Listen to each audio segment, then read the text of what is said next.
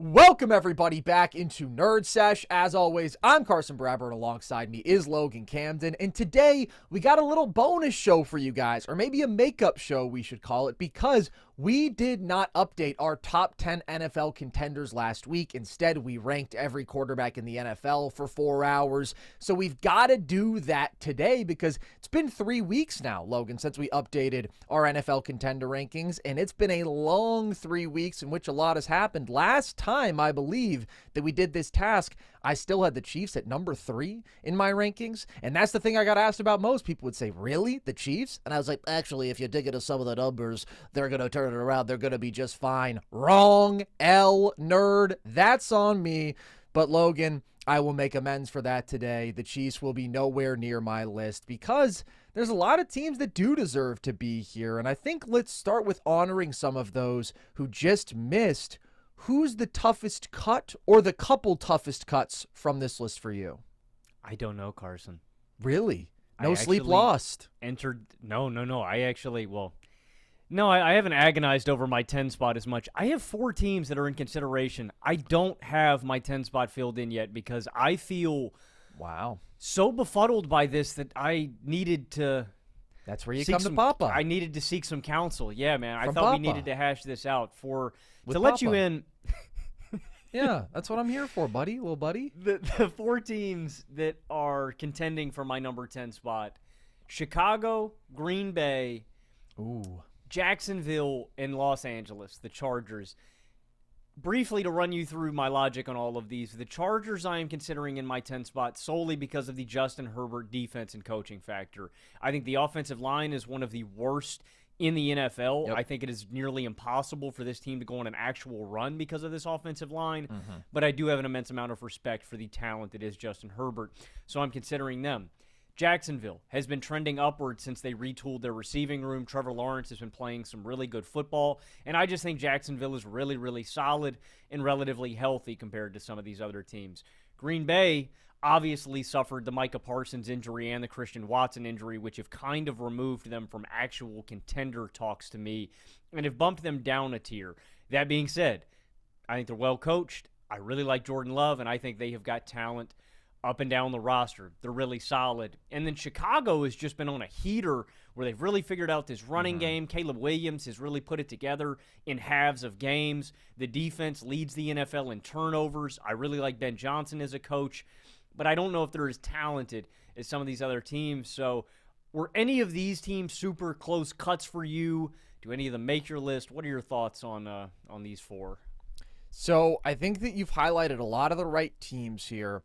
I do have the Packers concretely on my list. They have certainly taken a dive for me compared to where I would have had them if Micah hadn't gotten hurt. And obviously they've just been ravaged by injuries now with Tucker Kraft going down for the season, a couple of their best players. But it does seem like Christian Watson's injury is not a long-term significant thing. It seems like Zach Tom's injury is not a long-term significant thing. So on a couple of those fronts, they may have dodged a bullet. And if the offensive pieces remain intact with those guys out there, I still think this is a really good offense. And I think there's enough defensive talent here. And Jeff Hafley is a great defensive coach who actually engineered a top 6 defense last year without Micah, that they belong higher on this list for me. And they've just shown me more than the teams below them. But I also can't say you're crazy for this because we just don't really know with the Packers right now. Like, Micah was so exceptional for them. Maybe it is that Watson and Tom do miss a few weeks. So I understand your hesitation with them. I have the Bears off as probably the easiest of these few for me to leave out, even though I think what they have found with the run game is excellent. I think Ben Johnson makes a strong case for Coach of the Year. I still think the passing game is erratic for them. Defensively, in terms of yards per attempt allowed, they're still 26th against the pass and 29th against the run. So they've just been very turnover dependent on that side of the ball. And ultimately, I worry about that variance coming back to bite them. Although I do think they're quite a good offense overall, I don't really trust the defense. And the offense isn't one-dimensional, but definitely the run game is far ahead of the passing game. The Jags were a really tough cut for me. I did just leave them off. I love what they're doing right now. I think the passing game is really coming together. Trevor Lawrence these last 3 weeks has been really good. The receiver room has come together nicely. Liam Cohen is a genius. This is a defense that has been playing pretty well end to end this year. The Jags are legitimately good. Ultimately, there is a team in my 10 spot whose formula I just trust more because of the couple key areas where they are elite. So I leave the Jags off, I leave the Bears off, and then there's another team that I just left off who I'm assuming is going to be on your list, higher up, I guess. I have the San Francisco 49ers just off. Are they on this list for you? I do have the Niners on my list. Okay, interesting. Well, let's just get there when we get there then. I'm going to say out of all the teams you're considering, the Packers are the team I'm highest on. But the Chargers are the team I'm second highest on, who I do have in my 10 spot. And it's because of exactly what you said. Like, this is a team that for 3/4 of the season, they have felt like they're falling apart at the seams, right? Just been brutalized by injury luck. Obviously, 2 of their best and most important offensive players, losing them for the entire season. Slater before the year, Alt midway through the season. And you look up, and they're still 10-4, and they're 5-3 without Joe Alt, and they just keep winning. They just won back-to-back games against good teams, admittedly good teams that have not been playing their best football as of late, right? Philly on a bit of a slide, the Chiefs on a bit of a slide, but they do keep finding a way. And the reason that I have enough faith in them to have them in my 10 spot is exactly what you said, Logan. This defense, which was the number 1 scoring defense in football last year, is balling out again over this recent stretch. Their last 7 games, actually, in which they're 6-1, defense is forcing 2 turnovers a game. They're allowing just 242 yards per game and 17 points per game. They fly around. They're buttoned up. I really like that group overall. And then they have Justin Herbert, who honestly is probably my number 3 MVP candidate right now. He might be number 2 for me, man. It's reasonable. I think he's definitely top 3. And people who act like he doesn't belong in the conversation, I just think are way too quick to write him off. Yeah, it seems like there's just this Stafford consensus almost. Also, do people just hate Justin Herbert, man? I don't get it. Yes. It's like, I don't understand why. Like, I get it. He doesn't have a playoff win.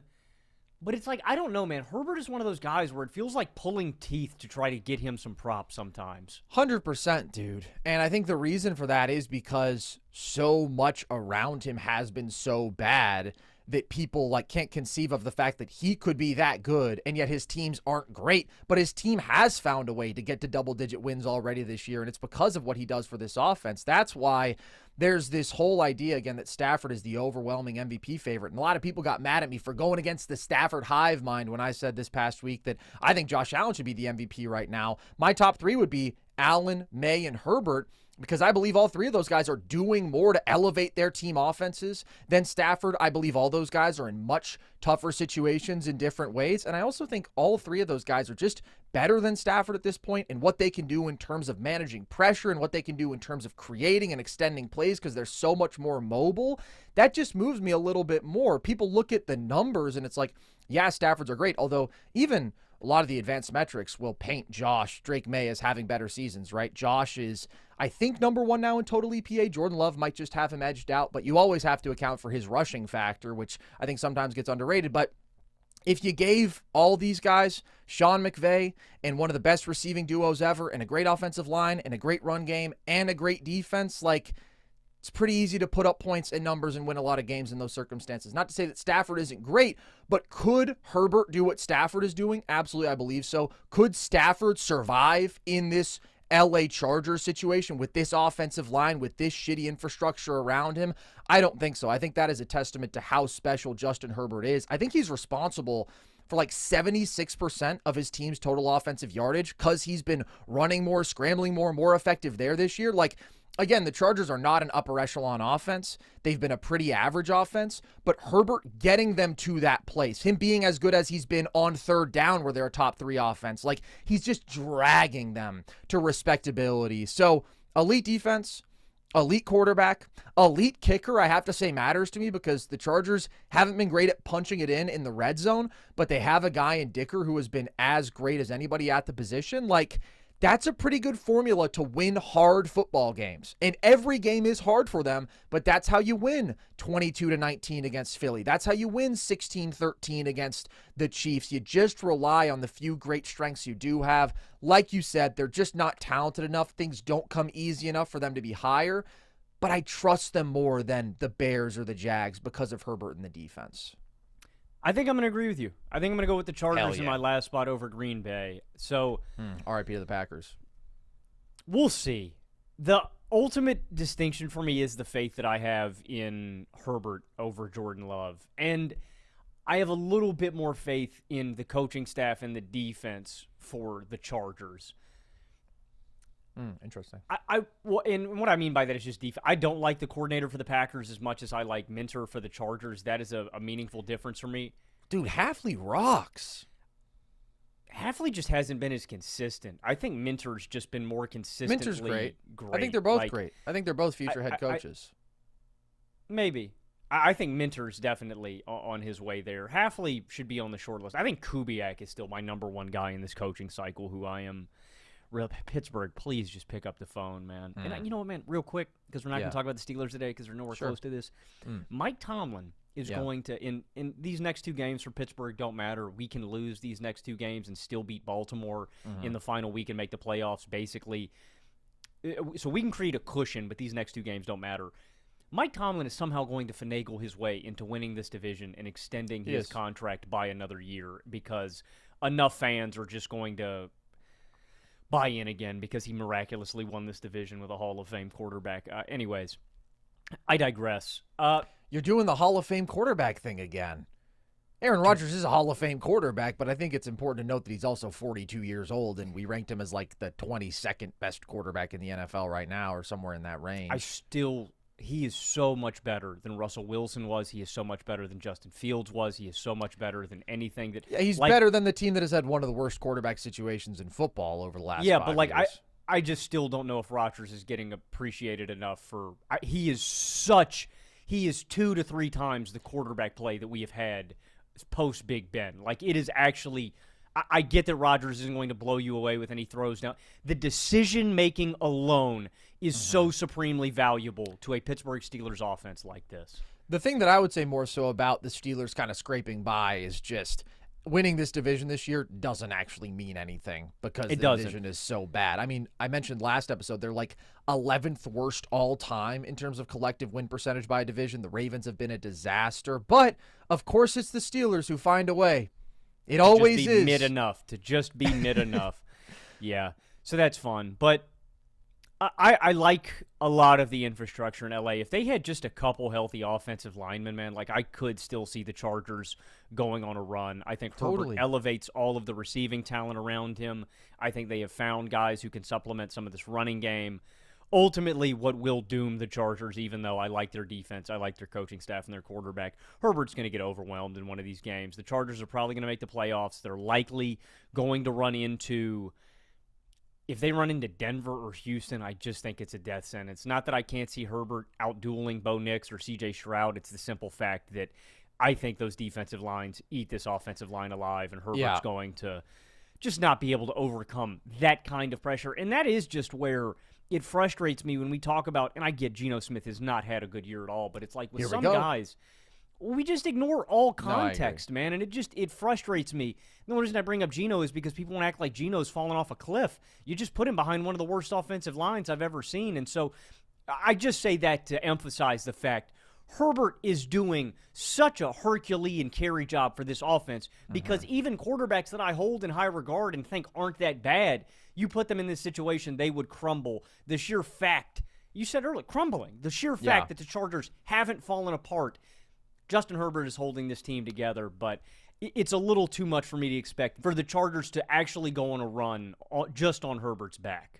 He has been pressured on 44% of his dropbacks this year. Next highest pressure rate by any full-time starter this year is at 38%. He's been pressured 239 times total. Next most pressured quarterback is Cam Ward, who's faced 201 total. Huge difference there. Like, he is constantly under duress, and that's why, again, getting the Chargers to be an average offense when the offensive line is this horrible, when he's not getting help in the run game, when his running backs have been hurt for so much of this year, like, it really is a testament to Justin Herbert. But I agree with you. I can't buy into a deep run formula here. Who is in your 9 spot, Logan? This is where I have the San Francisco 49ers, Okay. and a lot of this, admittedly, is just to the talent that the Niners still do have on the roster. When I look at them against a team like Green Bay, and they were really, really close to me in deciding who I was going to have above one another, it's the sheer fact that the Niners have a Christian McCaffrey, that they have a Jawan Jennings, that they have a George Kittle. Like, I just think that more of their top Ricky dogs. Pearsall erasure? No, I like Ricky Pearsall. Ricky, I think, might be injured again. That's why I didn't mention. I don't know if he's actually. Did he get hurt again this week after he balled out? I'm pretty sure Ricky just can't stay healthy. I think he's available too, and I like Ricky. The skill position guys give this offense a little bit of a higher ceiling, in my opinion. I like Brock Purdy, obviously not much as I like Jordan Love. I think Brock Purdy is a very middle-of-the-road starter. I like Robert Saleh more as a defensive coordinator than Jeff Hafley, and so Green Bay may. I think they're pretty similar caliber of defenses with the Packers without Micah Parsons, and I just think Saleh is a tremendous defensive coach. And both of these teams are kind of beat up. Both of these teams, I don't really anticipate them going on runs. The Packers, I could have anticipated going on a run if they had Micah Parsons. And I'll monitor this. I want to be clear about something to Packers fans because I've been very high on Green Bay all season long. I am not writing Green Bay off. This is just as they currently stand. If Christian Watson comes back and he looks legit, like he looks like he did before the injury, I could see Green Bay climbing back into my 10 or 9 spot. Without Micah, I'll be honest, they're not going higher than that. I really struggled to see Green Bay going on a run without Micah because you think back to all of these close games, the guy that was routinely slamming the door was Micah Parsons. It wasn't Jordan Love, and that makes a meaningful difference to me, enough to knock the Packers off my list. And for the Niners to make their season debut, it took me 15 weeks of football, but the Niners finally do crack my top 10 contenders list.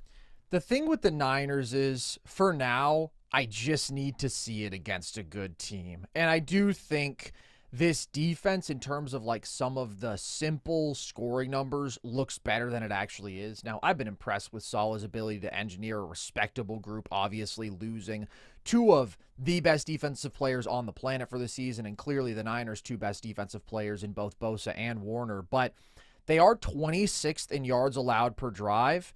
And that is while they're facing, I believe, the second easiest schedule in football, only to the Pats. Like, this was one of the reasons I was all in on the Niners bounce back to the playoffs again this year, because they have this cupcake schedule outside of their division. In defensive DVOA, I believe they're 25th, and that is kind of the all-in-one defensive metric that accounts for the difficulty of your schedule, the quality of opponents that you faced. So, again, I think we're going to learn a lot about the Niners over these next 3 weeks as they face the Colts, as they face the Bears, as they face the Seahawks. I do like their offense now that they kind of have all their toys to play with again, and Brock is back out there. They've got weapons. Obviously, the run game has really struggled to be efficient this year, and the line is not very good. So I think I still like the Packers offense more. I also just think Jordan Love is playing at a really high level and is doing a lot to bolster that offense that I don't want to sell short. Ultimately, I think the Packers are a bit more talented, and as much as they've gotten screwed by injuries, the Niners have gotten screwed every bit as much, if not more, because it's so overloaded on one side of the football, and the Packers have shown me higher highs, so I am going to give them the nod for now. In my 9 spot, I have the New England Patriots, and kind of similarly to what I was just saying about the Niners, I just need to see it more against good teams. This is a team that I am impressed with. Another team whose turnaround I was in on. Now, I certainly did not think they would be 11-3, but I picked them to make the playoffs this year. The schedule was always a big part of that component, and I'm not trying to downplay that the Patriots are a very good team. They are 11-3 for a reason. They were dominating the Bills in the first half, although obviously they got even more so dominated in the second half and lost that game. But there are some things with this team's defense, too, where I'm like, I don't think they're as good as some of the numbers would suggest. Like, they're 9th in points and yards allowed per drive, but they're actually 26th in defensive DVOA because they have played 10 games this year, Logan, versus offenses ranked 20th or worst in points per game. The only top 12 offense they faced is the Buffalo Bills, who they just got shredded for 35 points dropped on them. I believe the number 2 scoring offense the Patriots have played this year is the Pittsburgh Steelers, Logan. Like, this is a team that has faced the easiest schedule in the NFL since the 1990s. That is a real stat. And also, with Milton Williams out, who may make a return for the playoffs, their run defense has really struggled as of late. Their pass rush is very meh. They're 15th in quarterback pressures. They're tied 20th in sacks. And then I do really like the offense, but I worry just a tad about the lack of offensive help around Drake May. I still think that this offensive line is bad. The run game has definitely started to look better with Travion Henderson getting more touches. I think he's dynamic. The receivers are just okay. Ultimately, I think Drake May has an ability to elevate the offense overall that he has shown us. But there are still a couple quarterbacks in the field who I do trust even more than him, and there are a number of just more talented overall offenses. So I've dropped the Patriots a little bit, just a couple spots. I think they're clearly good, but they have only played one good team all year, and that's Buffalo, who they played twice, and they got them in the first one, right? But they lost this one, and it was a very concerning second half because the defense looked helpless and the offense really sputtered out. And I am just worried still that they aren't as talented as the best. Like, this is a team that was in the gutter last year, and they've overhauled so much. And we all know how much I believe in Drake May, and you believe in Drake May, and I think that he already is a top 5 kind of quarterback. But there is a difference between him and, like, a Josh Allen this year, and I think that we saw that this past week. And again, there are still some holes on this roster that I think have kind of been covered up by May on the offense and by the weak schedule overall. I mean, I agree with some of the points you made. I couldn't have the Patriots this low. They're at number 5 for me. I understand some of your talent concerns. I don't think the Bills are that good as a team. Like, I have the Bills below them because I think the Bills are a worse football team than the Patriots. I think Josh Allen is the best quarterback in football. I think he has proven that this season. When the chips have been down, Josh Allen has delivered. That being said, I just don't like betting on that formula because it feels like I would be betting on the same Bills formula that has let me down every single year the Bills get to this spot. In what a is lot of the ways, Patriots formula? They've played I'm betting on one a good worse team all year. In a lot of ways, I feel like I'm betting on a worse formula with this season. I don't know about one of the best versions. It's a really damn good version of Josh, but it's one of the worst versions of the Bills. I just think the Patriots I think they have a better defense than you guys. Like, I understand some of the statistics you're pointing to, but I've seen the Bills get gashed. And I get it. The Patriots maybe haven't played the caliber of competition the Bills have. I have just seen the Bills get dog walked. I've seen the Patriots play like 2 really bad halves. That half against the Steelers was really, really ugly. That half against Buffalo was really, really ugly. And so I'm not saying – I think there's validity to all the points that you're making. Mm-hmm. I've just seen the Bills play way worse football in stretches than I have New England. And I mean, dude, the Patriots lost to the Raiders. Yeah. Like, I'm sorry. You can't ignore that the schedule, their wins Bills are lost Miami, to the Carolina, the Saints, the Titans, the Browns, the Falcons, the Bucks, the Jets, the Bengals, the Giants, and the Bills. Those are all the Patriots' wins this year. The Bills' losses are worse than the Patriots' losses, though. I just feel like the Bills have consistently more often played down to competition in a way the Patriots have. The Bills are 5-2 against teams that are 500 or better. They've had a couple ugly losses, the Dolphins and Falcons game, but they've played well against good teams. I'm just saying, I just can't erase the Bills have just left me with a bad feeling too many times in my mouth this season. And I get it. The Patriots haven't played as tough of a schedule. I understand. Well, they've played the easiest schedule since the 90s. I mean, that does matter. You're making points. I mean, I don't want to gloss over the fact that, I mean, if Drake May and them put it together for 2 drives and they didn't, right? I can't just erase history. They beat them in game 1. The Patriots had the Bills on the rope. And I'm just not ready to act like the Bills are head and shoulders above New England is my point.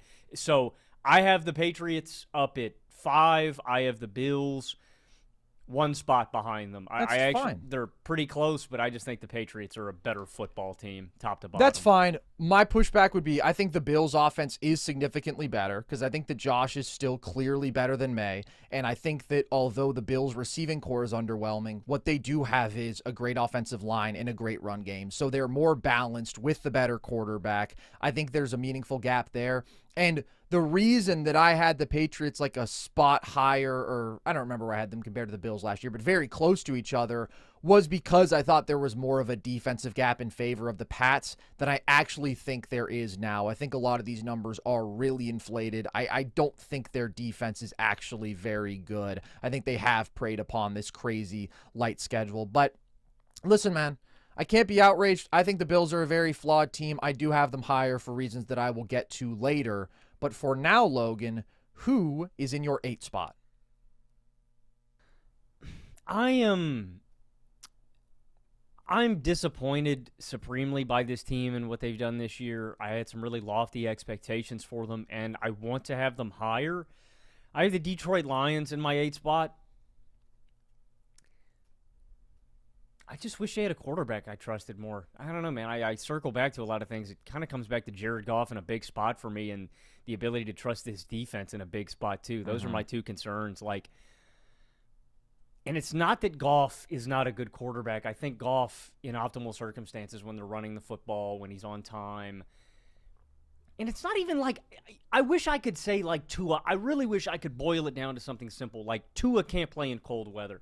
With Goff, it's not that simple. It's like I've seen Goff have a great game in cold weather. Goff just has this tendency to get rattled and to get rattled early in games. And if you can shake him up, he'll just...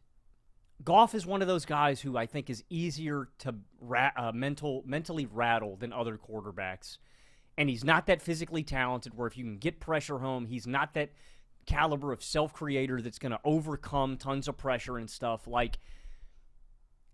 You just have to have an optimized offensive situation for them. The offense is so talented. The offensive line is still upper echelon in the NFL, even though they've regressed. The defense is still pretty talented. But it comes back to Goff. When I look at the Eagles, I like their defense a lot more. And I guess I trust Hurts a little bit more than Goff. That's kind of a wash. I like the Eagles team better. The Lions just haven't done it when they've had games against really good teams, and I just feel like that's going to happen in the playoffs. If the Lions were going to go on a run, I feel like they would have shown us earlier in the season that they were capable of beating good teams. And I get it.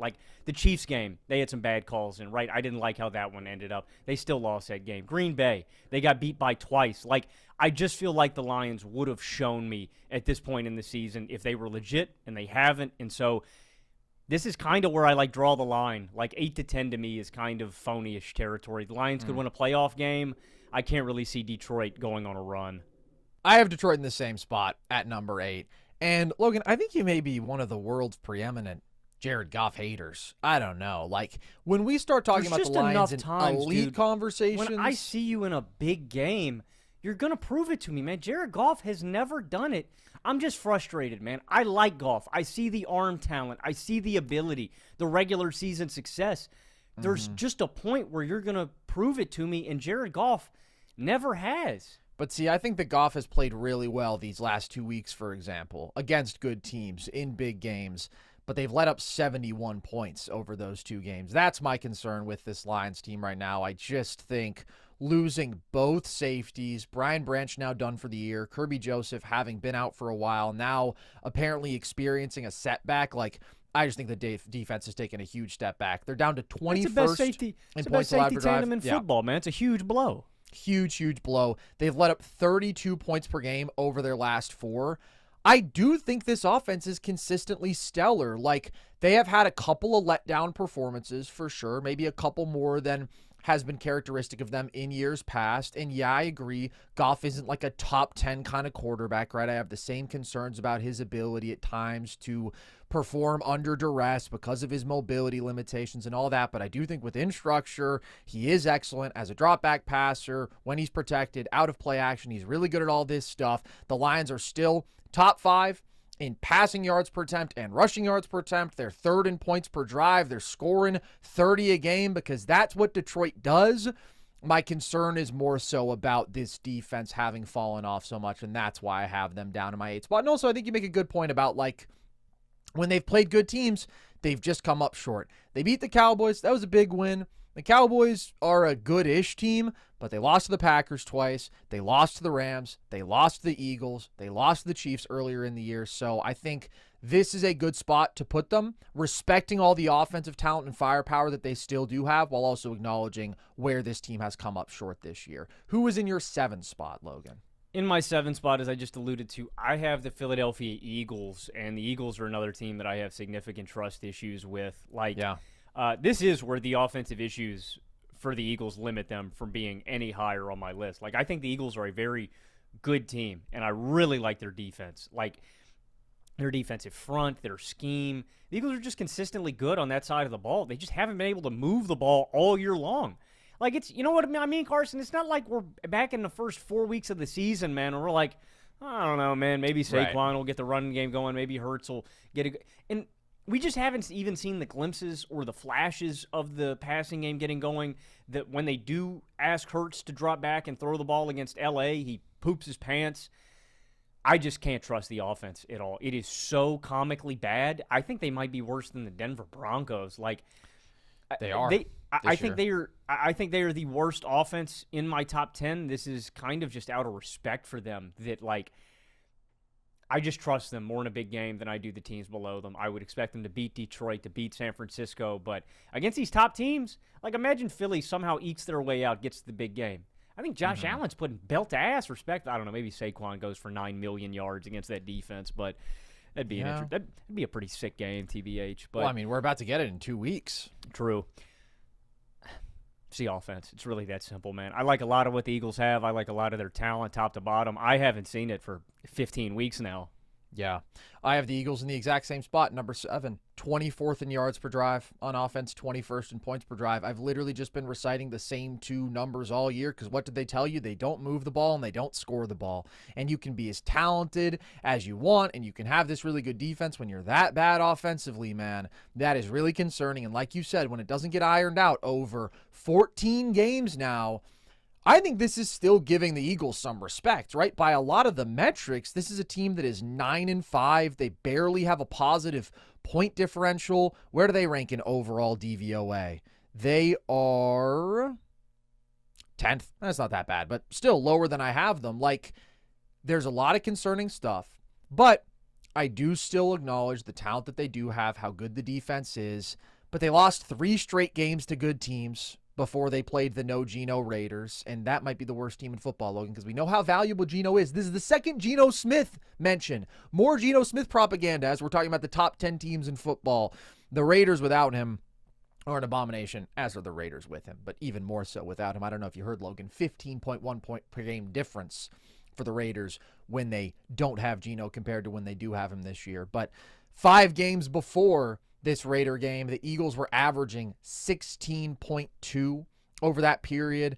So the only reason I don't have them lower is they are still very talented, and everybody below them is either fundamentally less talented or just getting railed by injuries right now, if it's the Lions, if it's the Chargers. And I considered putting the Packers below them for that same injury reason, but I do feel like Green Bay has shown me more. So I have them in my 6th spot. Like I said, the Watson injury, the Zach Tom injury, seemingly not being long-term things, that makes me a little more comfortable having them here. This is an offense that is 6th in points per drive this year. I believe Jordan Love, although he had 2 picks last week, I still didn't think he played badly. I thought he was under crazy amounts of pressure against an elite defense and an offense that put up a lot of points for Denver in that game. I thought Love made some really good throws. He's top of the league in a lot of these efficiency metrics. He's been best in the league level in terms of actually limiting mistakes this year, contrary to his reputation. I just think he's progressed. He's taken it up a level. This passing attack has got better. I still really like their play calling. I like the depth of their weapons with Watson healthy. They haven't run the ball super efficiently, but I do think this run game is at the very least solid. And again, although the defense is obviously not going to be the same without Micah, there is still talent elsewhere on this group, in the secondary, up front, even in the linebacker room. Rashawn Gary, Edgerrin Cooper, Xavier McKinney on the back end. Like, there's a lot of good football players here still. So If not for the Mike injury, if not for these injuries piling up, Green Bay would have been in my top 3. I mean, I was really, really high on them. This does have to knock them down a peg. But again, they've just shown me a lot more than a team like Philly has. And I do think this offense is significantly more explosive, and the defense can be good enough. And that's why I'm not as out on them as you are, especially compared to like Detroit within division. You know, I'm just so worried about that Lions defense right now on its own that I'll go with Green Bay. And maybe it does end up looking uglier than I'm anticipating. I don't really know exactly what I'm anticipating, so this is kind of a placeholder spot for them for now. Guys, this episode is brought to you by Rocket Money, which might be very helpful for you because you might think you have a solid handle on your budget. Maybe your spreadsheet says you should have an extra $1,000 left over each month, but if your bank account isn't reflecting that, something's off. Rocket Money helps you track every dollar, uncover hidden spending, and take control of your finances. Rocket Money is a personal finance app that helps you find and cancel your unwanted subscriptions, monitor your spending, and helps lower your bills so you can grow your savings. Rocket Money shows you all your expenses in one place, including subscriptions you forgot about. If you see a subscription you no longer want, Rocket Money will help you cancel it. Rocket Money really is great for that. I've been using it, and it helped me find a couple subscriptions that I did not realize that I had that maybe I shouldn't talk about here. Maybe I'm not the proudest of. I think maybe Logan signed me up for them, but it really is a great tool to have, and it has saved users over $2.5 billion, including over $880 million in canceled subscriptions alone. Their 10 million members save up to $740 a year when they use all of the app's premium features. Cancel your unwanted subscriptions and reach your financial goals faster with Rocket Money. Go to rocketmoney.com/nerdsesh today. That's rocketmoney.com/nerdsesh. rocketmoney.com/nerdsesh. You mentioned Logan.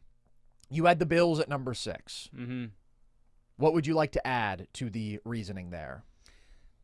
It's just faith in a big game. I don't really look at the Bills any differently about their playoff outlook than like years previous. I was hoping that this year with the Bosa addition that would make a meaningful difference in pass rush. I think the pass rush is like marginally better than it's been in years previous with his addition and Rousseau and Milano's return. The defense is just like average to below average, and I think the offense is elite. I mean, that is the strength of this football team, the fact that James Cook and Josh Allen are so good together, and that Josh seemingly in any second half of any game this year, if it's a 10, 15, 20-point deficit, it doesn't matter. He gives you that feeling that we are not dead. You can't kill us, that we are going to battle back and have a chance to win this game. Josh Allen gives you that kind of feeling. It's the best. It is the best feeling in the world that you can have with that guy under center. I got that feeling with Mahomes, with Brady, with Big Ben.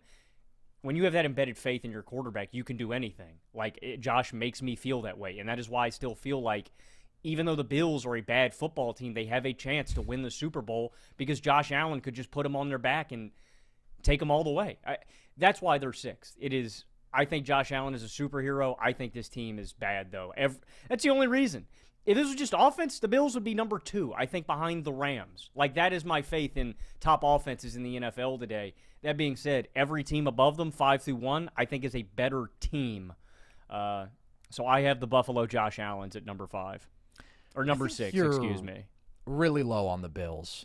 And I do have the Bills higher here. I also think when you say you feel the same way about them that you feel every year going into the playoffs, there's a couple things worth mentioning there. First of all, the Bills have the most playoff wins in the NFL since 2020 other than Kansas City. They have a much more proven playoff track record than any of these other teams in the AFC, these newcomers. The other thing that I think is significant to mention is when the Bills have fallen short in previous years in the playoffs, what has it been because of? Their defense really struggling to get stops, but against elite quarterbacks. Specifically, of course, 4 out of 5 times to Patrick Mahomes, a GOAT-level quarterback and playoff performer, and the Kansas City Chiefs. 3 of those times as the Chiefs dropped 32-plus points. 3 of those times as they beat them by a field goal or an overtime. And 3 of those times as the Chiefs then advanced to the Super Bowl. So I just don't think it's at all fair to hold the Bills barely falling short to the Chiefs in these shootouts, in these epic offensive battles against them,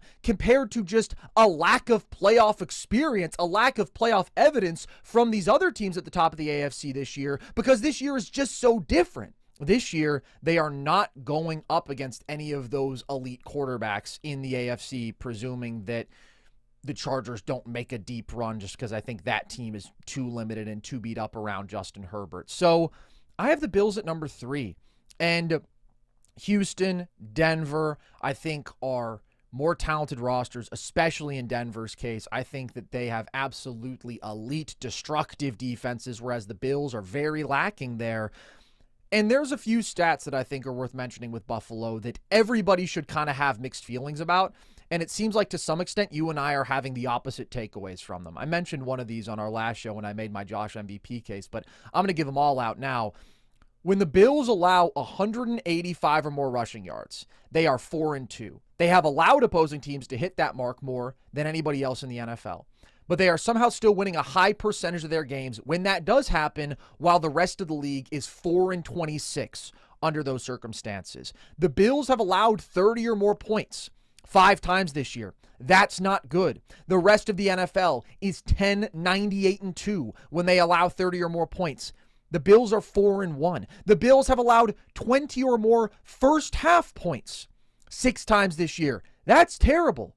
But they are 4-2 when that happens. That is the best record in NFL history with a minimum of 6 games in a season under those circumstances. So, obviously, there are flaws that are putting them in these spots. This defense is one of the worst run defenses that we have ever seen. Overall, the defense is 22nd in points allowed per drive. They are just flat out a below average unit, and yet they continue to win these games, and they are doing it against good teams. As I mentioned, they're 5-2 against teams that are 500 or better. They have played better against good teams. So you don't want to be in those spots they're getting put in, but they keep winning from those spots because they have the best quarterback and the best offense in the NFL. And that is why it does feel more sustainable when they do it than if anybody else were to be kind of like squeaking out these comebacks, right? Because the Bills have the number 1 offense overall since 2020, because Josh Allen has been the best regular season quarterback, at least in the league over the last couple years, and a top 2 quarterback for the last 6 years who propels them to be this elite offense every year. And they're so great running the ball, and they're so efficient passing the ball. And can I ask you a question? That is why I still buy it enough. Who have the Bills beaten this year? The Bills just beat the Patriots. The Bills beat the Chiefs. I'm just saying, if you're going to denigrate, like you're saying the Patriots the didn't Bills play beat anybody, you're saying the Patriots. The Ravens, who the Patriots are now an underdog to. I'm just saying, like you're saying, okay, the Ravens haven't been good this year. The Jets suck. The Dolphins suck. The Saints not good. Lost to the Patriots. Lost to the Falcons. Logan, beat the Patriots have the easiest schedule. I'm just saying since you can't the 90s. make these double-sided arguments where you're saying.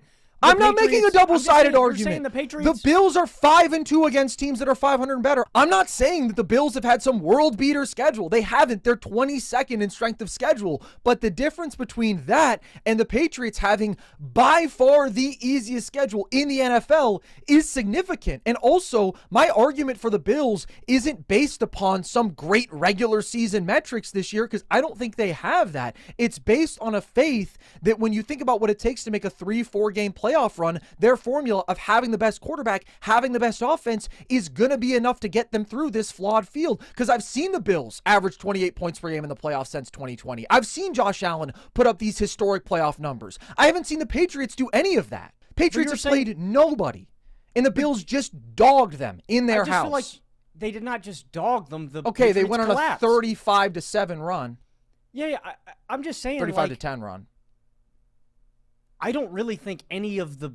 What's the Bills' most impressive win this year? Kansas City, a team that's not going to make the playoffs? They just beat the Patriots on the road, who you have at number 5 in your rankings. But you're saying that that's not impressive because the Patriots aren't that good. Bro, Logan, you've been twisting my words like crazy lately, dude. That's not what I'm saying. I have the Patriots number 9 in my rankings. That's a good road win. You just prevented them from winning the division. Of course that's a good road win. That doesn't mean I have to think the Patriots are better than them for it to be an impressive win. I'm just saying, you're saying a lot of the Bills' wins, like, aren't just, they haven't beat that many great teams this year. I feel like very similar to New England. No, Logan, you are taking the Patriots most extreme also beat example Buffalo. Of the easiest schedule we've seen in the 90s and saying the Bills have had a kind of easy schedule, so they're the same. I would agree the Bills have had a kind of easy schedule, but the good teams they've played, The solid teams they've played, They lost they to the have Texans. beaten for the most part. Because the Texans are really fucking good. I have them in my Who, top you have them 5. below? That's not a shame. Yeah, because you can lose to a team and still be better than them, Logan. I just feel like that team has the formula to destroy Buffalo. Well, they didn't destroy them. The Bills had the worst possible offensive game, and they still lost on a 4th down play in the Texans' red zone. So they're not going to destroy them. They crushed your offensive line, which I think they're going to eat you guys alive again. That was the worst game I've seen from the Bills' offensive line probably ever. Ever. As great as that Texans pass rush is, they got destroyed in a way that maybe it could happen again. But I don't know, dude. You fucking hate the Bills. I'm rooting for the Bills. When Josh proves you wrong. I am rude. I want the Bills to win the believe you. Super Bowl, Carson. I don't believe you. I want to see you celebrate a Super Bowl. I think that Look, I think that you have rose-tinted goggles about the Bills that I don't. Okay, I don't think that that's true. But what I will say is this. When Josh plays perfect and the defense plays fine, I think I go, that's a team that can go to the Super Bowl, right? And then I also think that there are these low moments where it's like if the offense isn't great, and by the way, in a couple of their losses this year, it's on the offense, right? Say, they put up 13 points to the Dolphins. I'm still making my point, dude. They put up 14 points to the Falcons, right? I get very low on the Bills at the lows. My thing is the defense has been shitty recently, and the offense has started slow, and they're still winning these football games because they are playing flawlessly in second halves and because Josh is doing this superhuman shit, and this isn't like the AFC of years past, right? They don't have to beat the Chiefs. I've said this is the worst roster. This is the worst Bills team around Josh since 2020, but they also are going to be facing more flawed teams than they ever have had to before in the AFC, when again they still have won 7 playoff games in the last 5 years, which is more than any team in the NFL other than Kansas City. Like, obviously the Texans can beat them. Obviously the Broncos can beat them. But I'm supposed to say that the Texans, who are still outside top 20 in points per drive, have a terrible offensive line, have mostly had a terrible run game? Oh, they're just going to crush the Bills, the best offense and the best quarterback in football, because they beat them 23-19 in what was an exceptionally great defensive performance and an exceptionally bad offensive performance? And I'm supposed to say Bo Nix, who has for most of the year been a bad starting quarterback, and for an offense that is still only average, and they have just gotten up to that point, oh yeah, they're just going to cakewalk past the Bills? No, I'm not going to do that. I'm going to have some respect to what Buffalo has done and what Josh Allen has done. And like, maybe it is too much blind faith, but I don't know. When I think about the formula of putting together a 3 or 4 game run that any of these teams is going to have to do, the fact that you're acting like it's crazy to bet on the way, way, way better offense, even if their defense is significantly worse, Carson, which it is, that's just not crazy. Carson, you know the history as well as I do, man. Yeah, I know that bad offenses don't win Super Bowls. I know that teams with this bad of a defense don't win Super Bowls. Well, welcome to the AFC this year, man, because everybody's got a major flaw. My thing, Carson, I agree with you. One, I don't like how angry you're getting. I don't think that this is... Well, you've got me angry. I don't think this is that hot of a take. My thing is, I think I'm just thinking very rationally about the Bills. You said it yourself. I think this is the worst team around Josh Allen since 2020, and I get it. The AFC isn't as cutthroat, but I think you're just kind of overlooking teams. Denver is a good team. Houston is a good team. Like, I just don't think the AFC is going to be where the Bills just... And actually, I skipped over my fundamental point. My fundamental issue with the Bills, it has been the exact same all year long. I don't like that formula. I don't like digging holes and praying to the football god that is Josh Allen and going, Josh Allen, please save us. Please save us. But is it praying if he keeps doing it? They've done it in the playoffs every year, and that formula hasn't worked. And I just don't like going, football god Josh Allen, please save us. I like going, hey, I got 53 guys that I trust back there that are going to go and play their hearts out. With the Bills, it's like I trust... I don't know, man. 15? Dude, I get it. It is a player-to-player issue. Josh Allen is the best player in football, Carson. And that quotient, I understand. Best player, you can put him top 3. I just think the Bills are too flawed of a team for me to back them. Like, that's it, man. I think that there is a really high probability. Not in all of these games. You're right, Carson. Maybe... Look, they get Pittsburgh round 1. That's an ass kicking. I don't want to watch that game. God. I hope it happens. I might get drunk. I can't watch that game sober. Sure. Right? Try Fent. That's the time to do it.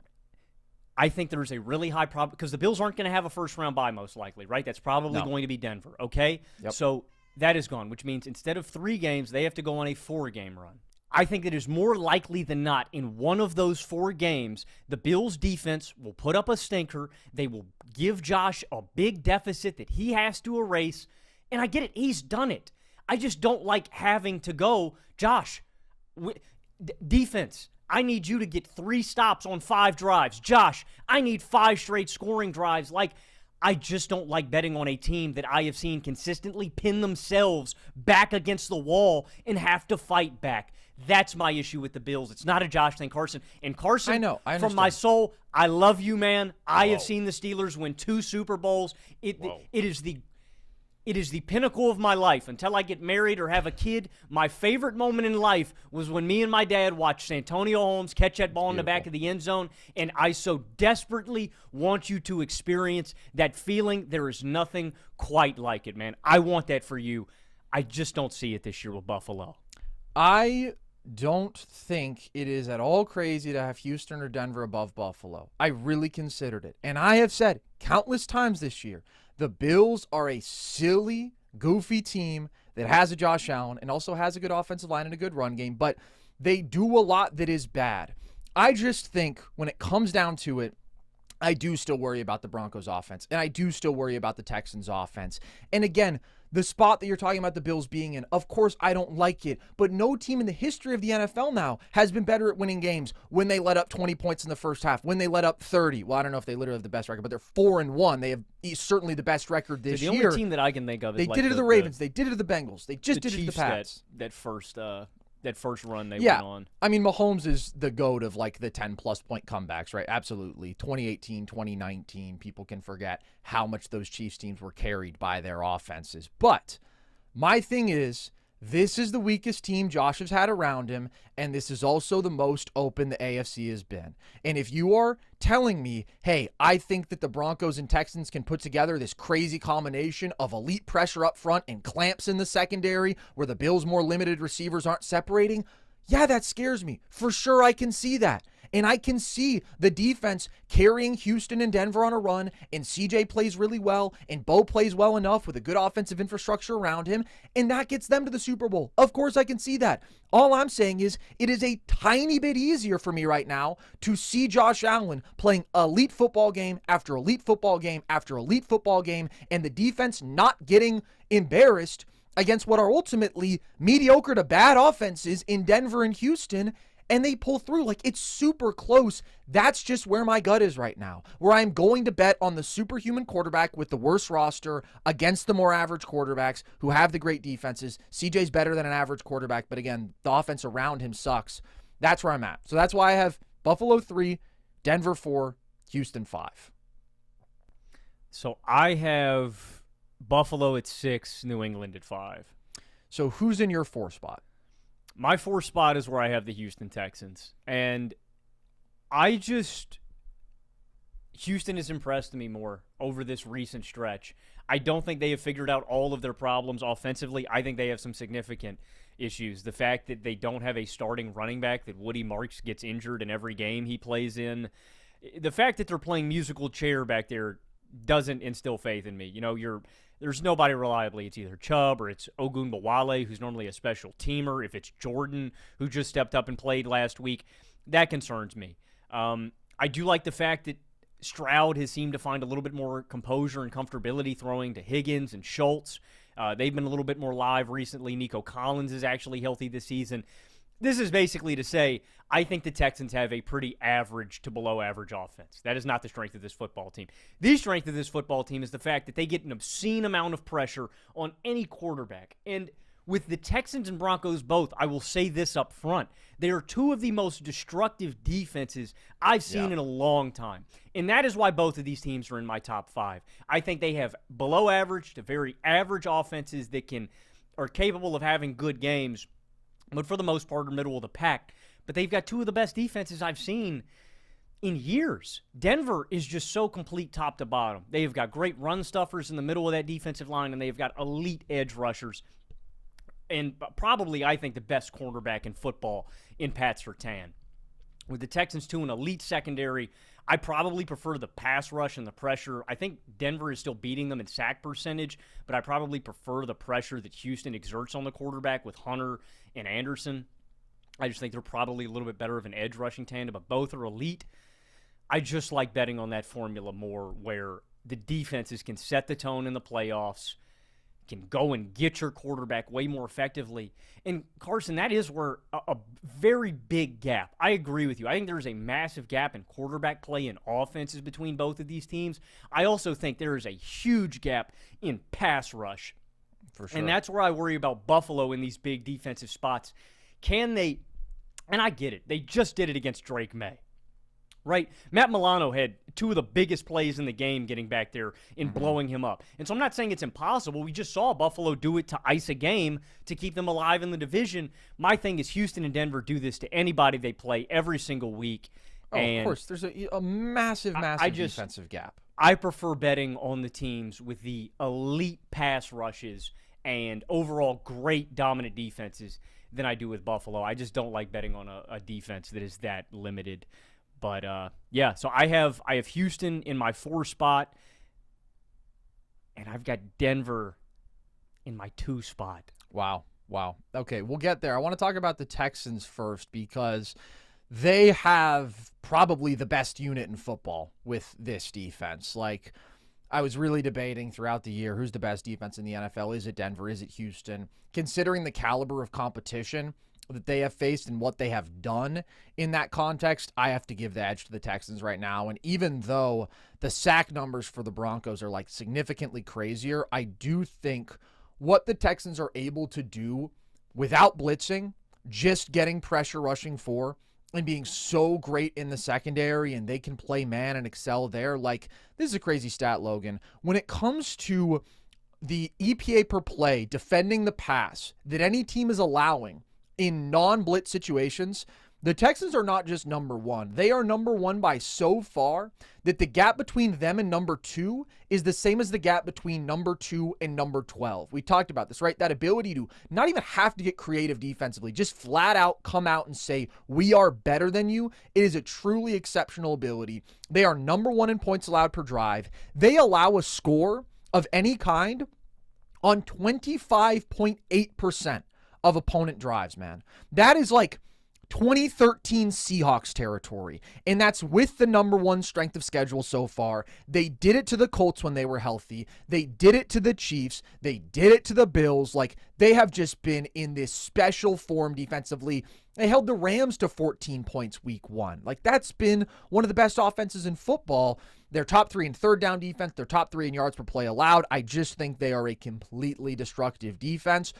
But their offense is really flawed. Now, they do have a quarterback who I really trust. Nico Collins is a really good wide receiver. But C.J. Stroud has also just been playing very good football as of late. And I think he does have the ability to relatively overcome this very bad offensive line in front of him. And maybe they just found some juice in the run game with Jawar Jordan. So, absolutely, I could see myself moving the Texans up to number 3. But I do worry about that offense. I mean, like I said, they have overall been a pretty anemic unit. They're 23rd in yards per drive, 22nd in points per drive. And the one point that I will make about the Bills defense, obviously I think there's a huge gap, breaking news, between the number 1 defense in terms of points allowed per drive and the number 22 defense in terms of points allowed per drive. But the one thing that the Bills defense has done well is rally in these second halves, tighten the screws. And I do think if the Bills can keep you in passing downs, they are a totally fine defense. They have actually in second halves gotten more pressure. I think they're 5th in second half pressure rate. That feels high even for me watching the games, but they've been better in those spots. The pass rush tandem, I agree, it hasn't totally changed things like I would have hoped, but hopefully they get Ed Oliver back later in the year. Their coverage is good enough. And when I look at the other teams who are at the top of the AFC right now, I just don't think any of them are built to exploit the Bills' vulnerability. Denver is kind of the only one you can look at and you say they run the ball well. They've got a great offensive line. They could dictate that battle up front in the run game. But the Texans suck running the ball. The Chargers suck running the ball. The Patriots are running the ball better as of late. I mean, Travion did just have a pretty big game against the Bills, but they are not a good rushing attack overall, and they are a pass-first. The best group to match up against that defense. I probably agree, but as much as I love him and as much as I coach him, it's the Jags. Like, at the end of the day, I still am going to bet on the Bills because that Jags offense is more erratic overall, and the Jags defense is good, not great. But that's one of the reasons I feel comfortable having the Bills here, thinking they can make a run through this AFC, is because of the limitations of the offenses around them, but specifically the fact that the Bills are actually solid defending the pass. They're just really, really awful defending the run, and I don't see the teams in the AFC who are really going to put them in a bind there. So I think they can survive and then let the offense carry them through. I have the Broncos in my 4 spot. I guess I'll go first since you have them higher. You have the Texans 5, Broncos 4? Correct. Okay. I think Denver is the most talented team in the AFC, bar none. We know the defense is outstanding. We've talked about it all year. They're a top 2 defense in football, and we know that there's a lot that is good with this offense. I think they have playmakers. I think that their offensive line is up there for the best in football. I think they've got a really good play caller. Still, though, the offense has had their fair share of struggles, but they're up now to 18th in yards per drive, 16th in points per drive. They are respectable enough for me to consider them a big-time contender, which they absolutely are, and I will eat crow because I have been Mr. Skeptical with the Broncos. I have been worried about the offense being too limited, the quarterback play being too limited, them kind of eking past bad teams and just not being moved. I had them, I don't know, maybe 8th or 9th last time that we did these rankings. They unequivocally deserve to be higher than that, and they're probably the general favorite in the AFC.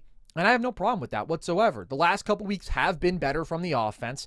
If Bo plays like he just played against the Green Bay Packers, the Broncos would tear up the AFC because then they'd just be the most complete, best team, clearly. But as good as that performance was, I can't overlook the many ugly offensive performances from this team. And the fact that there has been lots of sneaking by against bad teams. They are, in terms of point differential per game, in their wins. So when they win football games, what is the margin? They are 28th in the NFL there. The stat that they showed during the Packers game was that they had the lowest point differential ever over a win streak of this length in NFL history. So it was a fantastic performance against Green Bay. Ultimately, Denver's ability to make the Super Bowl is going to come down to what version of Bo Nix they get. And I still can't buy in enough to make them my AFC favorite because of that. Logan, I know that you are a boner now. You've got a boner for the boner, and that's fine. I have just still seen a lot of concerning stuff in terms of the accuracy, in terms of at times the pocket presence, in terms of at times the processing and decision-making, and I can't be moved off of that just by this 1 week, but this 1 week was really good, and it did move me enough to have Denver higher here and totally see the argument for them as the number 1 team in the AFC. Yeah, I mean, Bo has his flaws as a quarterback, and I think this offense has not been consistent throughout this year. I think they're liable to have a bad game, and that be what gets Denver in the playoffs. That being said, I think Bo Nix has made real improvement this year from his rookie season. Like, I just do feel a little bit more comfortable with him in the pocket. I think he's just not as routinely flustered. Don't get me wrong. Mm-hmm. There are always frustrating moments throughout a Broncos game, specifically the accuracy on, like, easy throws that Bo will just miss sometimes. But he's better. He is more composed. Like last season, if Denver had this team and he was playing, I wouldn't.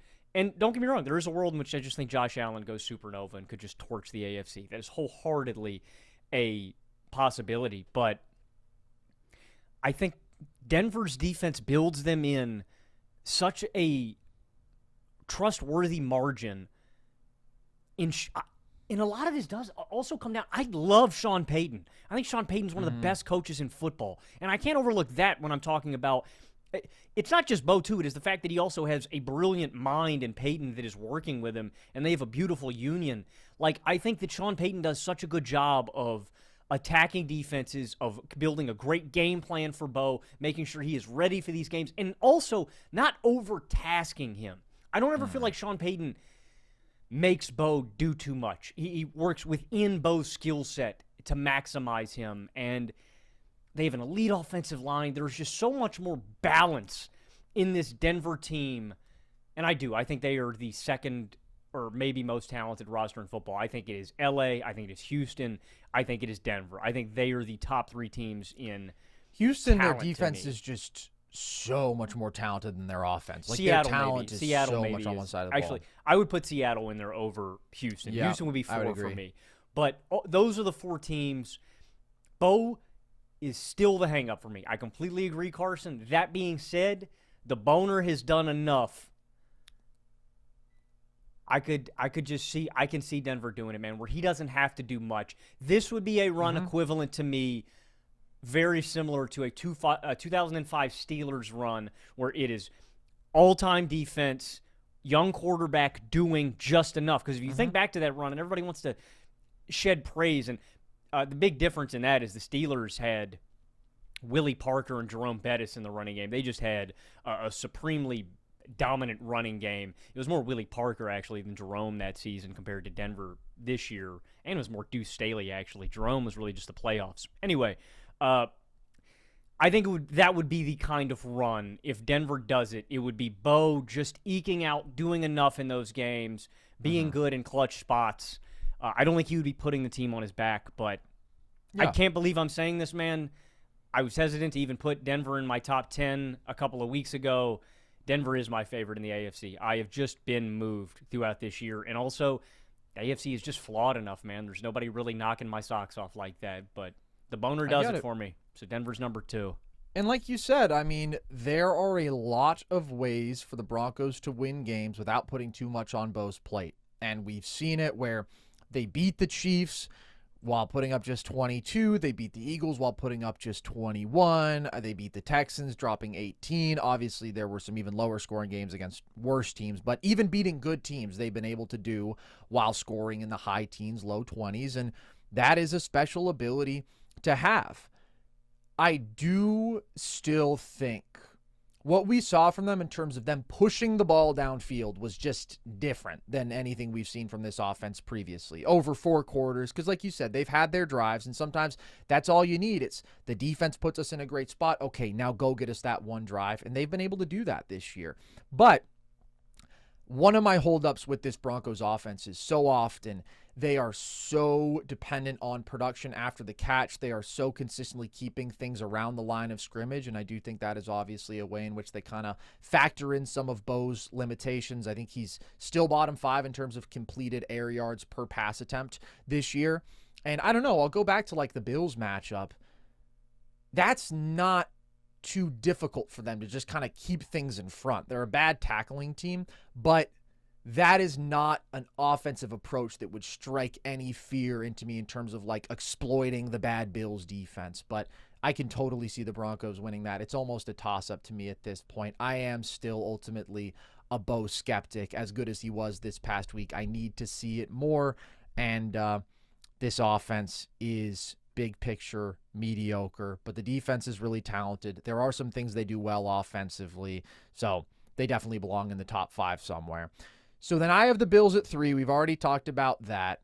In your 3 spot, Logan, do you have the Seattle Seahawks? I do have the Seattle Seahawks here, and I like a lot of what Seattle's done this year. The offense is kind of concerning me the past couple of weeks, and not like, not in a really big way, but Darnold's down game was a little bit worrying. This game against Indianapolis, like, Darnold was bad. That's one of the worst Darnold games I've seen this season.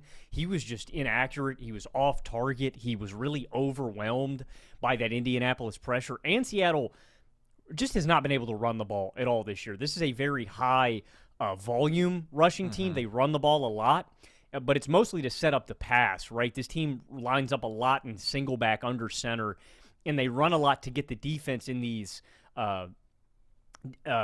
defensive personnel to run stopping kind of personnel, and then they'll throw it on teams. Like, that's what Seattle likes to do, but they haven't been able to run the ball effectively. And I'm not souring on Seattle because I still feel like they are one of the 4 most talented teams in football and one of the best defenses. I love the completeness of this defense. I think that Mike McDonald, and you're seeing it with like a guy like D'Amico Ryans too, just brilliant defensive coordinators, know how to get the most out of their defenses, and they're supremely talented. But Seattle is just like slowly feeling closer and closer to me like a first round kind of exit potential team. And the only reason I say that is because of Darnold. Darnold is very firmly in a Jared Goff kind of tier for me and you can call me a hater, I'm scared. Sam Darnold scares me in a big game. And we saw it last year with Minnesota in the last 3 games down the stretch. And look, I think that this tendency can kind of get overblown sometimes when we're talking about quarterbacks. Darnold's there with Goff for me, man. We're in a cold game, a big spot, a playoff game. I really worry about him being able to withstand pressure. And it's not first 10 weeks of this season. Darnold was nails. Darnold's MVP conversations to me. And over these last month and some change, Darnold's making me a little bit more nervous about betting on him for a playoff run. So it doesn't really have anything to do with Seattle's team. It's really this offense, their inability to run the ball consistently, and Darnold kind of coming back to earth. I don't think he's a bottom 16 quarterback. I understand Darnold's ability. It's more about his tendency to collapse and crumble when I need him. Yeah, I don't know, man. I'm higher on Darnold than you are. I can't say that that's not a concern because of the floor that we have seen. If it's the Rams game this year, if it's the Rams game last year, the Lions game last year, those were really concerning performances. And the last couple weeks from Darnold in this offense, I would agree, haven't been good. They had to really scrap and claw to just get past the Colts, and they had to settle for 6 field goals in that game. But I do put him in a separate category from a guy like Goff. Even though I only think he's slightly better, he's just different in the sense that he does have an ability to move. He does have an ability to evade pressure that obviously is not upper echelon, but is better than a Goff's. And so I do view him as the more dynamic passer overall. I also don't want to undersell just how good he has been overall this year and the fact that the Seahawks are the most efficient passing attack in the NFL. In terms of yards per attempt, what they have been able to do out of play action, out of a lot of these heavy personnel groups, multiple tight ends on the field. Like you said, they're an inefficient rushing attack, but they run a lot to set up the pass, and they burn people when they do it. Obviously, JSN being statistically the best receiver in football this year. This offense is not great, but I do think it's good in a way that the Broncos, the Texans is not. And I do have a totally different level of confidence in Darnold compared to a Bo, and I just think there's a fair bit more talent in this Seahawks offense overall than there is in Houston's because their offensive line is actually legit. Their A1 weapon is even tiers above Nico Collins, although he's very good. And this defense, man, after Houston and Denver, there's nobody I would take over them on that side of the ball. I just think they are absolutely excellent. They are first in terms of net yards per pass allowed. They're second in rushing yards per attempt allowed. I mean, just think about that. This is a team that offensively is first in yards per pass attempt, and defensively, they're top 2 in both yards per pass attempt allowed and yards per rush attempt allowed. That is a really impressive overall resume. And even their losses, as they're sitting here 11-3, having had a pretty difficult schedule overall, they almost beat the Rams even when they had the Darnold nightmare game. They had the Darnold 4-picks game where it was oh man, simulated pressures, creating kind of a muddy picture for him. They were getting interior pressure quickly. All these things they could do to kind of try to force him to get rid of it quickly, make some of these off-platform throws and force the ball where he shouldn't. And he played as badly as he could have. And the Seahawks still got the ball with a chance to win that football game. And that's against the team that I think is the best in the NFL. The rematch between these two teams tomorrow is going to be as good as a Thursday night football game gets. But they lost a really close one to the Niners. They lost a really close one to the Bucs where they just got hit with the ultimate Baker heat check game. It was by far the best game that he's played all year. I look at them compared to the field and I know that I've done my Bills advocacy, although it really is just Bills offense advocacy and betting on that in this flawed AFC. I think the Seahawks are a much better overall football team. And if you just look at some of the simple metrics that measure how much they're outperforming their opponents, they're number 1 in point differential this year, plus 163. The Rams are second at plus 159. Then the next team is at plus 106. There's a huge gap. If you look at DVOA, the Seahawks and the Rams are top 2 by far. They are lapping the field. So I trust the Rams more because I trust their quarterback a lot more. I think their offense is a lot better overall, and their defense isn't quite as good as Seattle's, but it's still really good. But I do think Seattle has the second most impressive resume this year, and there isn't a fatal flaw for them that concerns me as much as the Bills' run defense or my questions about the Broncos' quarterback play or my questions about Houston's offensive line and run game. Like, at the end of the day, if you're telling me the concern is Sam Darnold is kind of inconsistent and he can have a bad game, I would say with this defense, with a weapon like JSN, with what this passing attack has done overall, doesn't concern me as much as the alternatives. And when this team is whooping you, man, they can whoop on you because that defense can have you in hell, and Darnold and JSN can pick you apart. I just think they're better than the rest. I really do. I'm just underwhelmed by this offense. I think that if teams key in on the passing game, like the running game has just been so ineffective recently and all year. Honestly, and I know everybody, this is not a new take, dude. I don't know why that guy Zach Charbonnet plays. I saw a snap last game. Charbonnet got a halfback toss out of the backfield, and he fell down on himself behind the line of scrimmage. That was the best of us. He just Big Phil fell did over. the same thing. Big Phil fell down untouched last week. That's a boy, Big Phil, though, man. The boy, Big Phil, he's 44. He's carrying Caught 40 himself, extra though. pounds. A little agile. He did. Mm-hmm. He sure did. He got back up. Boy, that was a scary moment. That was, man. Old quarterback. But also hilarious. Dude. Also the funniest thing I've ever seen. Should have been on like a fail army compilation back in late 2000s. That's a deep Throw that cut. on YouTube. It'll go viral. I just wonder if the reason we've seen this offense take a little bit of a step back is because teams are figuring them out in the most important stretch of the season. And Darnold, weather's getting cold, games are getting more intense, pressure's getting a little bit harder, teams are playing harder. I just wonder if Seattle got out to this really, and I'm not saying they're a bad team. I just don't know if they should be.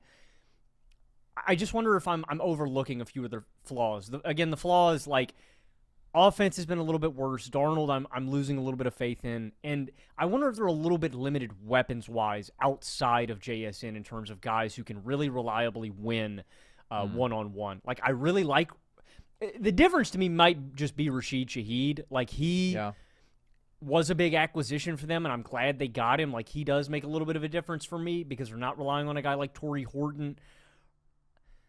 It's like, then, who's the best weapon? Is it like A.J. Barner? Am I relying on Cooper Kupp? Yeah. The Seahawks are really good.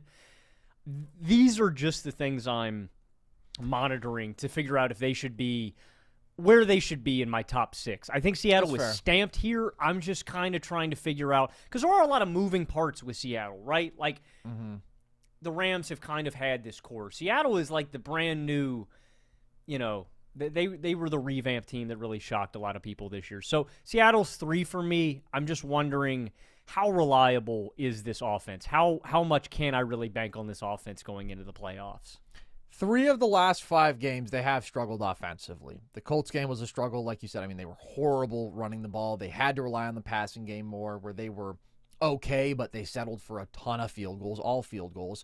The Vikings game, it was a blowout because they had Max Brosmer in hell. Like, the offense really struggled in that game. And then obviously the Rams game, the offense really struggled. That was the 4 picks. The Vikings game, Darnold only completed 54% of his passes, 128 yards, and that was a team that was also able to light him up. I mean, they blitzed the shit out of him, got a lot of pressure. So I think Darnold is better than last year. I think he's making quicker decisions. I think he's taking fewer sacks. Those were a couple things that held him back last year in some of these really high leverage matchups. But you also are right. I mean, the level of dominance that we were getting from Seattle over the first 9 weeks, we haven't quite been getting over the last 5. This Rams game will be really interesting because if the Rams get Darnold in hell again, then it's kind of be like, all right, I don't know how they beat that team specifically because that team has had Darnold's number like crazy. And again, LA is even more talented and just better overall. But if there's a clearing between the two of them, and if it feels like, okay, the formula is really out, not to say that everybody can replicate it, but that would be concerning. If 4 out of 6 now, it's like, yeah, the offense hasn't looked the same. Yeah, on the Rams, it's definitely the overarching point is the offense for LA. I just think it's so much better. They're way more balanced. They've actually been able to run the ball with Kyron Williams and Blake Corum this season. Elite talent on the outside. The nail in the coffin for why LA has to be my favorite, though, is definitely the success they've had across personnel packages. Like the fact that this last game, they're just almost jokingly tossing TDs to Ferguson and Parkinson, like, yeah, we're going to get these guys. We're not going to kill you with Puka and Kyron and Devontae. We're going to throw it to Ferguson. And I mean, they had Davis Allen getting active in certain packages. Like, the Rams this year, they just spawn tight yeah. ends. Colby Parkinson's kind of good, though. I'm not going to lie. He is. I mean, like, even in the earlier years, man, like, I really liked, like, Gerald Everett. Shout out McVay, man. McVay's got guys. But I just get a different feeling. There's a feeling of inevitability that I get with LA when I watch them. And I am not counting out Seattle in this game. I am so excited for this one, man. This is going to determine a lot of our perspectives heading into the playoffs. But the one concrete edge I would give Seattle, though, is that secondary play. And I would give that edge to Denver and Houston as well. I'm not as concerned but as I was earlier in the year, but LA's secondary play, I've continued to harp on it, is like the red flag that I would have about LA if there's anything to be worried about. I really love Landman in the middle of the field. I like the big boys up front. They get a ton of pressure on opposing quarterbacks. Secondary is my one point of concern with LA, but it's very minor, I would say, concern to some of my other concerns with teams. I've been on the Rams are the best team in football train. Early in the year, we were talking about this idea that maybe there's just no great teams this year, and it kind of seemed that way for a bit. I think the Rams are a legitimately great team. I think they've separated from the pack. Like, it's hard for me to see a world in which I don't pick them to win the Super Bowl at this point. I mentioned last show, maybe if this Devontae injury turns out to be more serious, that would be the thing, but they're just so complete. They're just so stacked. Like, it kind of feels like they're a super team. They've got probably the best wide receiver duo in football. Definitely top 3. There's some insane duos out there, but Puka and Devontae have both been like top 10 receivers this year. They've got an elite offensive line. I know that I just said earlier I don't think Stafford should be MVP, but I want to be clear. I love Stafford. I've always been a Stafford guy and defender. I would love to see him get MVP just because it would be so cool. I don't think that he deserves it because I think there are guys who are doing more to elevate their teams, but Stafford is still like a top 7 quarterback who I trust a ton and who is put in such good positions where, like, his one limitation, again, that lack of mobility and some of the issues he has against pressure under duress at this age, he's just not put in those spots a lot because you get into the red zone and it's like Devontae Adams wins at the line of scrimmage in 0.5 seconds, and you can always throw it up to Puka and he'll make a ridiculous contested catch, or you can hand the ball off to one of your 2 awesome running backs to run behind your awesome offensive line with a great play call from your genius head coach, and then also you've got one of the best pass rushes in the NFL, and now this year, one of the better run defenses in the NFL. Like, if you just look at the balance at the 4 kind of basic efficiency categories, passing yards per attempt, the Rams are 3rd. Rushing yards per attempt, the Rams are 8th. And by the way, they are 2nd in total passing yards, and they're 8th in rushing yards. So it's not just efficiency. There's true balance in terms of volume there, too. Defensively, they are 9th in net yards per pass attempt allowed. They are 8th in yards per rush attempt allowed. Like, there's no other team in football that is going to be top 10 across all 4 of those categories. They're 1st in points per drive scored. They're 4th in points per drive allowed. I just don't know what comes back to get them. You know, it's hard for me to see. I think it would either have to be the nuclear Josh Allen performance of all nuclear Josh Allen performances, if I'm thinking about a team coming out of the AFC. Which is funny because last year Josh dropped 6 touchdowns on them and still lost that game 44-42 because the Bills stopping the Rams is a hell of a proposition. And this Rams team is obviously significantly better than they were even last year. Or maybe you could get a truly destructive defensive performance from Denver or Houston where, like, they are able to overwhelm this offensive line. They are able to get Stafford under duress. I think it's really similar to the Panthers game. I think you need a turnover or two to build in some. Yeah, I mean, it's easier said than done. But right. Like, I think you need Stafford to gift you 1 or 2. And it's possible because he does kind of have to get rid of that ball. Like, if you're getting pressure quickly, you're collapsing the pocket, he may force one, and you may take it the other way. We have seen him, obviously, throw a couple more picks in recent weeks where he started the year with like a 28-2 touchdown interception ratio. But they're not unbeatable. I should be clear about that. But they're head and shoulders above everybody else to me at this point. I mean, both of their losses this season are multi-turnover games. They have not had multiple turnovers in any other game. The only 2 they lost, 3 versus Carolina, 2 versus San Francisco, and OT. Philly. Oh, Philly too. I forgot it. And that one was the blocked kick at the end of the game returned right. for a TD. and 2 blocked kicks in total. So, like, even that game. And again, we can't do this thing where we just flip results because so many NFL games are close. But it has taken something really weird to happen for the Rams to not win every football game this year. And you just can't say that about everybody else. So my faith in them, all the key boxes they check, elite weapons, elite line, elite quarterback, elite coach, elite defense, specifically the pass rush. I think McVay might be my coach of the year, no lie. I don't know, dude. Like, there's some really great candidates this year. The Bears are a win back of them, and the Jags are a win back of them.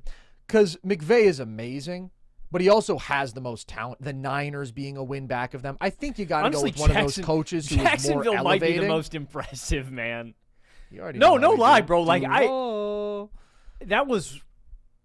Like, the job was obviously intriguing because of T-Law, but, like, I also looked at T-Law as maybe a negative because of how big that contract was. Like, with the Bears job, it was like, yeah, man, you get to watch. And I'm not saying it's a wash. Like, Ben Johnson has done a phenomenal job. The running game, the overhaul of the offensive line, both are deserving candidates. Mike Vrabel, too, with what he did with the Patriots. But the difference to me is, like, I just didn't think the Jags were going to be this good. I thought maybe they win 7 games and it's an encouraging year back on track. The fact that Liam is going to get this team into the playoffs, I think he'd be my coach of the year.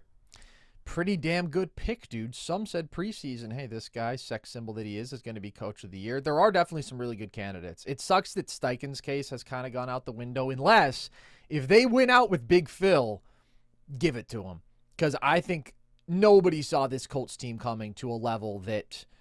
Right, even the Jags, I don't know, at least I was higher on, for sure, significantly higher. Obviously, the Colts have fallen off a cliff, but the way they started the year, if they could finish strong too, he'd make a really compelling case. But, yeah, there's a lot of good guys. I think McVay just has a few too many toys to play with overall, but when it comes down to it, we know that he is the absolute best of the best, and I would say my number 2 coach in the NFL, I'd probably still go with Shanahan just because of some of the carry jobs that we've seen from him this year included. I think he's such a brilliant offensive mind, but at that point, we are really splitting hairs. We're really splitting hairs. There you have it, folks. Our updated top 10 contenders. Get angry at our graphic. Like, I got angry at Logan when I felt he was disrespecting the Buffalo Bills, even though I myself don't like the Buffalo Bills all that much. I mean, I love the Buffalo Bills. I don't like the Buffalo Bills roster all that much. A lot of times I think, boy, that coach sucks. That defense sucks. Why is this team down 21-0 again? But then, Logan, somebody does put on the cape. And you got to wonder if that's just going to be enough this year. It's betting a lot on one individual, for sure. One unit, the offense, but specifically that one individual. We'll see, man. We'll see. That Philly game is going to be a big one in a couple weeks because other than that, the Bills have a couple of patsies on the schedule. But if they finish 13-4, having won their last 6 games, beating Philly, beating New England, you'd got to think that would move some people. But we'll see. It's going to be a fun week of football, as it always is, starting Thursday night. We've got another show coming for you guys before our Sunday night reaction. That is going to be the special Stump the Nerds trivia episode that we filmed with the great Matt Spawn hours. So stay tuned for that. And you know where to find all of our stuff. All of our full episodes are on YouTube, along with the video essay, video breakdown content we do, mostly on the NBA. You can listen to all the full episodes across all audio platforms, and you can follow us across social, TikTok and Instagram at NerdSesh, Twitter at Nerd_Sesh to see clips from the show, graphics from the show, and all of our short-form trivia content. If you're fiending for NBA, we had Jason Timpf on earlier this week, so you can listen back to that. Great NBA Cup final, dude. That was awesome. NBA Cup, huge success. We filmed the episode before the final, but we did talk about both the Spurs and the Knicks, and that's what's going on in the world of Nerd Sesh. So, with that, as always, we appreciate you guys so much. I've been Carson Brabber. I have been Logan Camden. And this was Nerd Sesh.